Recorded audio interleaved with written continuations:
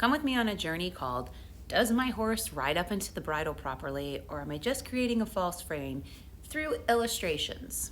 Now, this was all shared on Facebook. I wish I could tag the original creator, but I don't even know if they're on TikTok. But these illustrations are beautiful. And as another disclaimer, I am a hunter rider and trainer, so that up into the bridle right there isn't quite what we're looking for. Maybe in your equitation classes you will, but in your hunter undersaddle it's going to be a little more long and low, but you're going to see that picture here too.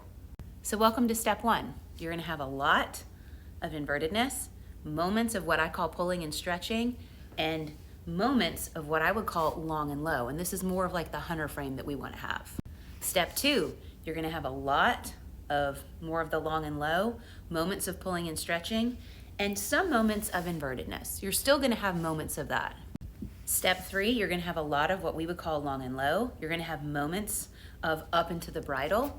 You're going to have moments of pulling and stretching, and you're going to have really, really short moments of invertedness. Step four, you're going to have a lot more of the up into the bridle. You'll have long and low, you'll have less, but still a lot of it. You'll have some moments of pulling and stretching, and you'll still have some moments of invertedness. And that's usually when the horse kind of sneaks behind your leg, usually because they're fatigued, they're tired, they get distracted, or maybe you don't have your leg on as strong, but this will just happen every once in a while. I really appreciated them saying even if you have a lot of up into the bridle proper, there's still going to be moments that they get behind your leg and they get inverted. And it says, and that's okay, because it's true. I mean, a horse is not a machine, so they're going to have fluctuations with how they're using their body. Love this. Expecting a horse to go like this, directly from inverted. So up in the bridle cannot be achieved from the inverted state. You have to go pulling and stretching, then long and low, then ride them up into your hand. So what I say to my kids is if your horse is like a suspension bridge that drops down, you can't then just curl the head under.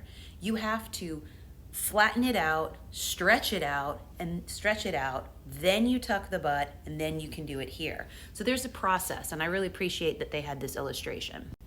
And then it says too fast and too much of this up in the bridle, meaning if you're rushing to get to this step, leads to what looks like a horse that's riding up into your hand, but it's not. And you can see, because it's like, I can't point to it, but you'll see its back, it's like behind, it's hollowed out, and you can see its butt is way far behind. And what people do is they want to achieve that, but their horse is inverted, like in the last picture. So they just throw draw reins, side reins, shambones, Pessoa rigs, and they just kind of crank the head down. Pessoa rigs supposedly make the horse come up from behind, but I don't know, I'm not a huge fan of them. And can you see the difference? The horse on top, you can see that the power is in a cycle where they're driving from their hind end, which lifts the shoulders and makes them have a nicer swing to them. Down here, you can see that the hind end is out behind him. When people say to me, how can you tell if a horse is behind your leg? If you're visually watching, I say if you look at the leg and you kind of visualize forward and then back, is there more horse behind the person's leg or more horse in front of the horse's leg? That's the easiest way to look. But if you really are struggling with that, look at their hocks. Because this horse on the bottom, the hocks are pointing up and out. It's behind the horse. And this illustration doesn't even make it as bad as I've seen. The one on the top, the leg goes underneath and then it pushes so that hock is more vertical. And typically it's right, in hunters at least, it's going to be right in line with the point of buttock.